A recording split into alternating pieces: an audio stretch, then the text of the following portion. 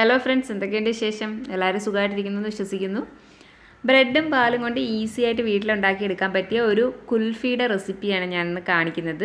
അപ്പോൾ ഇതെങ്ങനെയാണ് ഉണ്ടാക്കുന്നതെന്ന് നോക്കുന്നതിന് മുന്നേ ആയിട്ട് നിങ്ങൾ എൻ്റെ ചാനൽ ഇതുവരെയും സബ്സ്ക്രൈബ് ചെയ്തിട്ടില്ല എന്നുണ്ടെങ്കിൽ പ്ലീസ് ഒന്ന് സബ്സ്ക്രൈബ് ചെയ്യുക.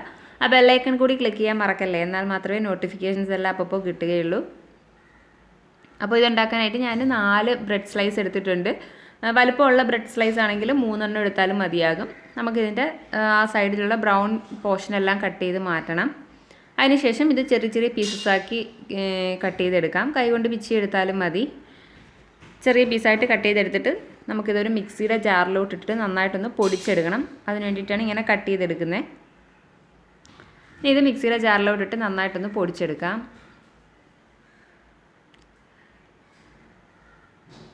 അപ്പോൾ നമ്മൾ ബ്രെഡ് നന്നായിട്ട് പൊടിച്ചെടുത്തിട്ടുണ്ട്. ഇനി നമുക്ക് ഒരു പാനിലേക്ക് പാല് തിളപ്പിക്കാനായിട്ട് വെക്കാം.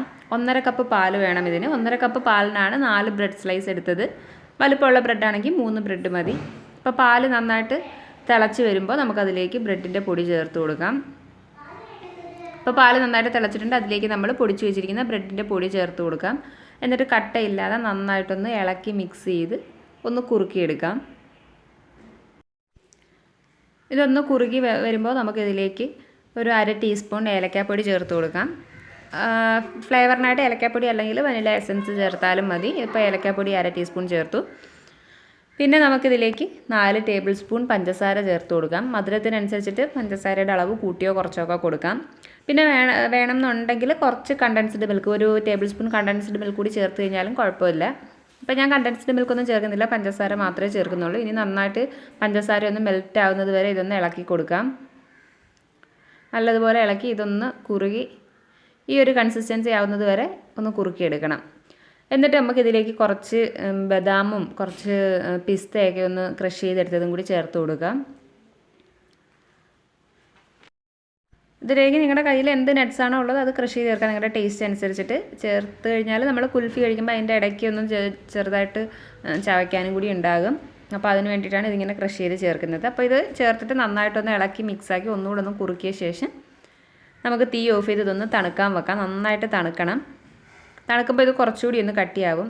തണുത്ത് കഴിഞ്ഞപ്പോൾ നന്നായിട്ടൊന്ന് കുറച്ചുകൂടി ഒന്ന് കട്ടിയായി വന്നിട്ടുണ്ട്. ഇനി നിങ്ങളുടെ കയ്യിൽ കുൽഫി മോൾഡ് ഉണ്ടെങ്കിൽ അതെടുക്കുക. ഇല്ലാന്നുണ്ടെങ്കിൽ ഇതുപോലെ ഒരു ഗ്ലാസ് എടുക്കുക. അതിലേക്ക് നമ്മൾ തയ്യാറാക്കി വെച്ചിരിക്കുന്ന മിക്സ്ചർ ഫില്ല് ചെയ്ത് കൊടുക്കാം.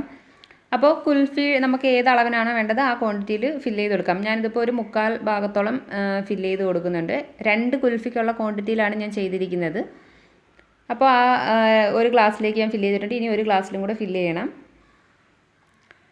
അങ്ങനെ നമ്മൾ 2 ഗ്ലാസ്സിലും അത് ഫില്ല് ചെയ്തെടുത്തിട്ടുണ്ട്. ഇനി നമുക്ക് ഇതൊന്ന് നന്നായിട്ട് ടാപ്പ് ചെയ്ത് ലെവൽ ചെയ്തെടുക്കാം. ഇനി നമുക്കിതൊന്ന് കവർ ചെയ്തെടുക്കണം. അപ്പോൾ കവർ ചെയ്യുന്നതിനായിട്ട് ഒരു ഫോയിൽ പേപ്പറോ അതല്ലെങ്കിൽ ക്ലിങ് ഫിലിമോ യൂസ് ചെയ്യാം. ഫോയിൽ പേപ്പറും ക്ലിങ് ഫിലിമും കയ്യിലില്ലെങ്കിലും കുഴപ്പമില്ല. സാധാ ഒരു പ്ലാസ്റ്റിക് കവർ എടുത്തിട്ട് ജസ്റ്റ് അതിൻ്റെ മുകളിൽ കൂടെ കവർ ചെയ്ത് റബ്ബർ ബാൻഡ് ഇട്ട് ഫിക്സ് ചെയ്ത് വെച്ചാലും മതി. എങ്ങനെ ആയാലും അതൊന്ന് കവർ ചെയ്ത് കിട്ടിയാൽ മതി. കവർ വെച്ചിട്ട് കവർ ചെയ്യുന്നത് നമുക്ക് ആ സ്റ്റിക്കും കൂടി ഫിക്സ് ചെയ്യാനുള്ള എളുപ്പത്തിനാണ്. നമ്മൾ അടപ്പ് വെച്ചിട്ട് അടച്ചു കഴിഞ്ഞാൽ നമുക്ക് ആ സ്റ്റിക്ക് അവിടെ ഫിക്സ് ചെയ്യാൻ പറ്റത്തില്ല. അപ്പോൾ ഇത് കവർ ചെയ്ത ശേഷം ആ സ്റ്റിക്ക് ഇറക്കാൻ വേണ്ടിയിട്ട് ഒരു ചെറിയ ഹോള് 2ൻ്റെയും നടുക്ക് ഇട്ട് കൊടുക്കാം. അപ്പോൾ കത്തി വെച്ചിട്ട് ചെറുതായിട്ട് നമ്മൾ ഓരോ ഹോൾ ഇട്ട് കൊടുക്കുന്നുണ്ട്. എന്നിട്ട് നമുക്ക് ഇതിലേക്ക് ആ സ്റ്റിക്ക് ഒന്ന് ഫിക്സ് ചെയ്ത് കൊടുക്കാം. അപ്പോൾ ഇതുപോലുള്ള സ്റ്റിക്ക് നിങ്ങളുടെ കയ്യിലില്ല എന്നുണ്ടെങ്കിൽ വിഷമിക്കേണ്ട. നമുക്ക് ഒരു ഓലയുടെ മടലെടുത്തിട്ട് അതിൽ നിന്ന് ചീകി എടുത്താലും മതി. അപ്പോൾ നാച്ചുറലായിട്ട് നമുക്ക് തന്നെ ഒരു സ്റ്റിക്ക് ഉണ്ടാക്കിയെടുക്കാം. കടയിൽ നിന്ന് മേടിക്കേണ്ട ആവശ്യമൊന്നുമില്ല. ഇതിപ്പോൾ ഞാൻ വീട്ടിലൊരു ഓലയുടെ മടലിൽ നിന്ന് ചീകി എടുത്തതാണ്. അപ്പോൾ ഇതിൻ്റെ നടുക്കായിട്ട് ഇത് ഫിക്സ് ചെയ്ത് കൊടുത്തിട്ട് ഇതിന് നമുക്ക് ഫ്രീസറിൽ വെച്ചിട്ട് ഒരു 6-7 മണിക്കൂറൊന്ന് ഫ്രീസ് ചെയ്തെടുക്കണം.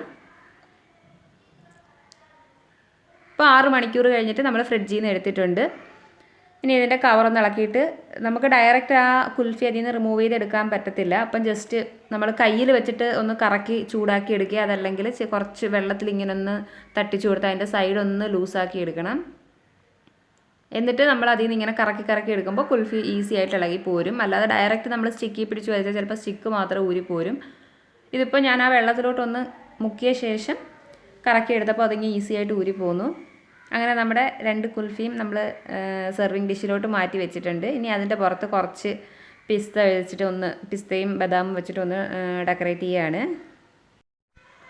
അപ്പോൾ ബ്രെഡും പാലും വീട്ടിലുണ്ടെങ്കിൽ വളരെ ഈസി ആയിട്ട് നമുക്ക് തയ്യാറാക്കി എടുക്കാൻ പറ്റുന്നതേ ഉള്ളൂ ഒരു കുൽഫി. ഈ ഒരു വെക്കേഷൻ സമയത്ത് കുട്ടികൾക്കൊക്കെ ഇതുപോലെയൊക്കെയുള്ള വെറൈറ്റികൾ ഉണ്ടാക്കി കൊടുത്തു കഴിഞ്ഞാൽ അവർക്കും ഒരു സന്തോഷമാവും. അപ്പോൾ എൻ്റെ ഈ വീഡിയോ നിങ്ങൾക്ക് ഇഷ്ടമായെങ്കിൽ ലൈക്ക് ചെയ്യണം, നിങ്ങളുടെ അഭിപ്രായങ്ങളൊക്കെ കമൻറ്റ് ചെയ്യണം, അതുപോലെ നിങ്ങളുടെ ഫ്രണ്ട്സിന് എല്ലാവർക്കും ഷെയർ ചെയ്ത് കൊടുക്കണം. വേറൊരു വീഡിയോയുമായിട്ട് വീണ്ടും കാണാം. അതുവരെ bye bye and take care.